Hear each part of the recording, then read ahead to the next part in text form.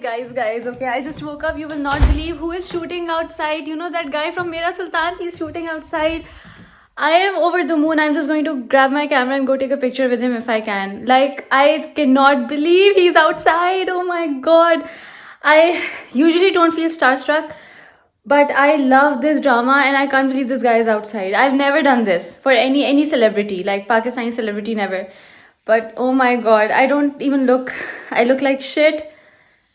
I literally ran up to grab my phone, but I'm going to fix my face a little bit and try to get a picture with him. If he goes away, then I don't know. So I'm just going to grab my camera and take a picture with him. Whatever, my face can wait. I can't believe it. Basically हम लोग को तस्वीर लेनी थी उसके साथ, but ये लोग कह रहे हैं कि कोरोना की वजह से जो है ना वो तस्वीर नहीं ले सकता. इतना तेज़ मैं कभी ज़िंदगी में नहीं भागी थी.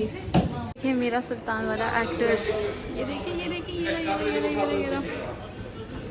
तो अपडेट ये है कि मुझे वो बंदा मिल गया, हलीद सामने ही, हलीद है उसका नाम. मैं चीखें मारना शुरू हो गई बदतमीजों की तरह, Halit Halit can I take a picture with you. मैं सुल्तान सुलेमान भी उसको बोला, मतलब फुल हरास करी थी मैं उसको. बट अफसोस ये है कि उसने कहा कि मैं अभी अपने आउटफिट में हूँ, और अगर मैं आउटफिट में नहीं होता तो मैं तस्वीर ले लेता आपके साथ, लेकिन नहीं ले सकता. और फिर इतनी फ़ैन गर्लिंग की आपको पता है पाकिस्तानियों को आदत नहीं होती, मैं तो नहीं करती एटलीस्ट कभी भी. तो फिर मैंने कहा अपनी इज़्ज़त अपने हाथ में रख कर चुपचाप कमरे में आ जाते हैं और तैयार हो जाते हैं, और क्या कर सकते हैं. तो मैं आ गई हूँ अब तैयार होने. Day 5, I can't believe I met और saw and spoke to Halit. I wish I could have given you guys a better shot of him, लेकिन उसके अराउंड इतने गार्ड्स, बॉडी गार्ड्स थे कि इवन वाइल शूटिंग के मैं कर नहीं सकती थी, और मुझे उठा के फेंक देते वो कहीं से.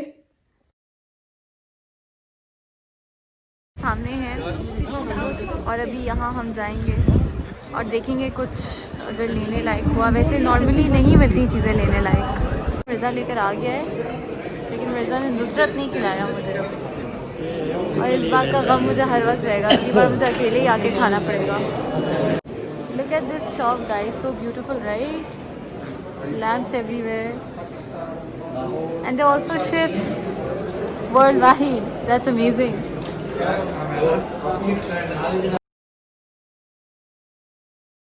गाइस, सो थकन बड़ी हो चुकी है. We are back in the room, और अब मैं सोच रही हूँ कि थोड़ी शॉपिंग करी जाए. तो मैं अभी शॉपिंग पर जाने वाली हूँ थोड़ी देर में with Mirza may be, I don't know, Mirza baby Mirza may be. And हाँ, कुछ शॉपिंग करूँगी. मैंने सब के लिए जो जो लेना था वो मैं ले चुकी हूँ, घर वालों के लिए, सबके लिए. जो मैं चाह रही थी कुछ गिफ्ट्स उनको देना, किसी ने मंगवाया तो कुछ नहीं, लेकिन वो मैं ले चुकी हूँ अल्हम्दुलिल्लाह. और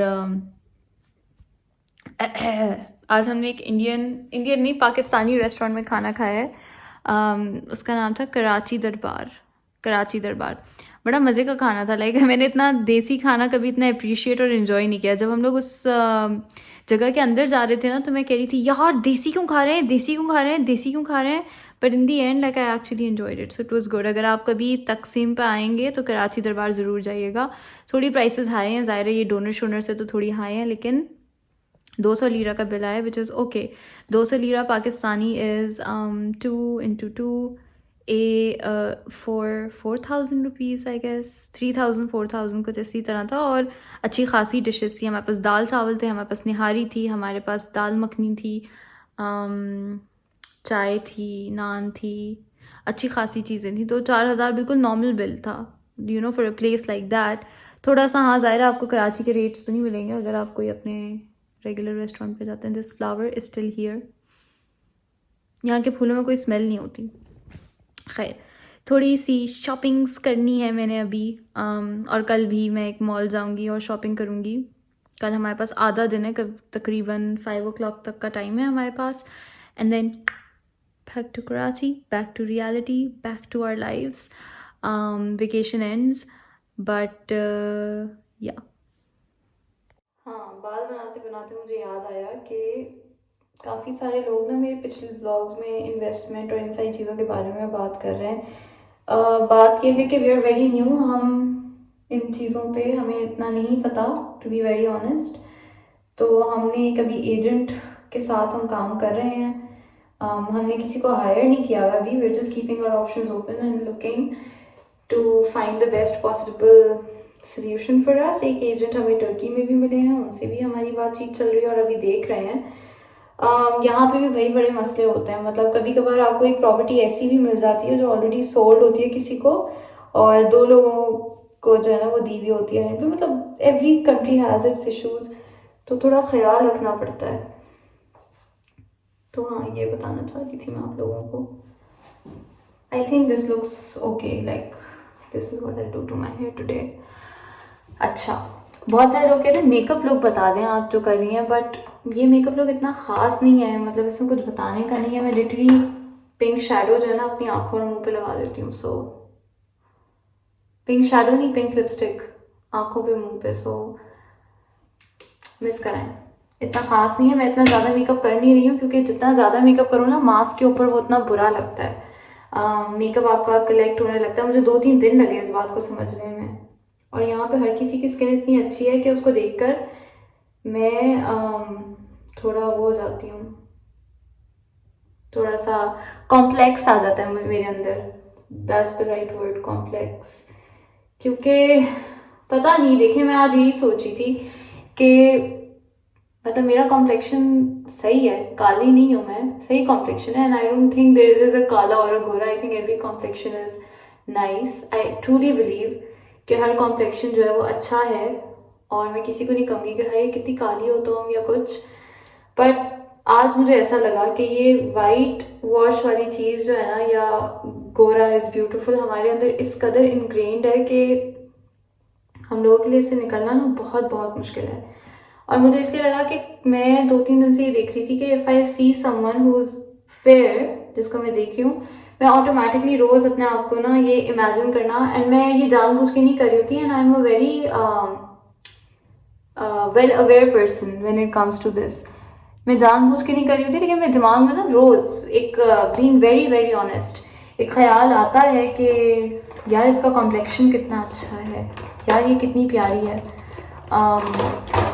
अगर मेरा इतना अच्छा कॉम्प्लेक्शन होता है, इतनी अच्छी आज ही मेरे दिमाग में ये बात आई थी कि अगर मेरा इतना अच्छा कॉम्प्लेक्शन होता है, इतनी क्लियर स्किन होती तो कितनी अच्छी बात होती, क्योंकि I do have acne.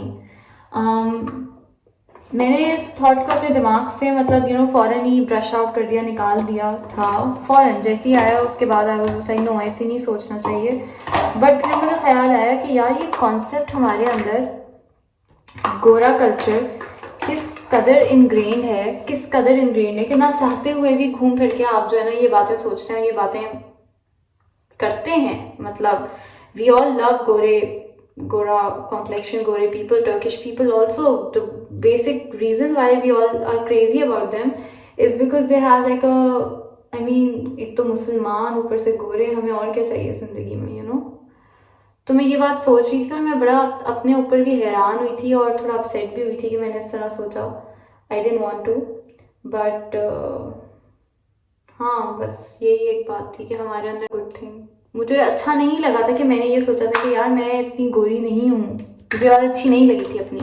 Because Karachi में तो बहुत ईजी होता है मेरे लिए कहना कि यार गोरा काला डजेंट मैटर, बट हियर जब मैं वास्ट डिफरेंस किसी की स्किन के कलर में देख रही थी और अपने कलर में देख रही थी और मुझे 2 सेकंड के लिए फील हुआ, I was just like this is not right.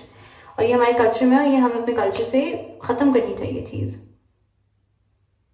आज हमारा दिन थोड़ा स्लो था, सिर्फ ग्रैंड बाजार गए थे क्योंकि कल मैं और मिर्ज़ा 4 बजे तक होटल के लोगों के साथ पार्टी कर रहे थे। बाय द वे लक्ष्य होटल इज़ वेरी गुड। मतलब मैं सिर्फ इसलिए नहीं कह रही कि मैं यहाँ पे रह रही हूँ, मैं पिछली बार भी जब इस्तांबुल आई थी तो मैं होटल में रही थी, लेकिन उससे ज़्यादा अच्छा है। और यहाँ के दोनों जो ओनर्स हैं वो इंतहाई हॉस्पिटेबल हैं। मैं आप लोगों को दिखाऊंगी भी उनको। I asked them to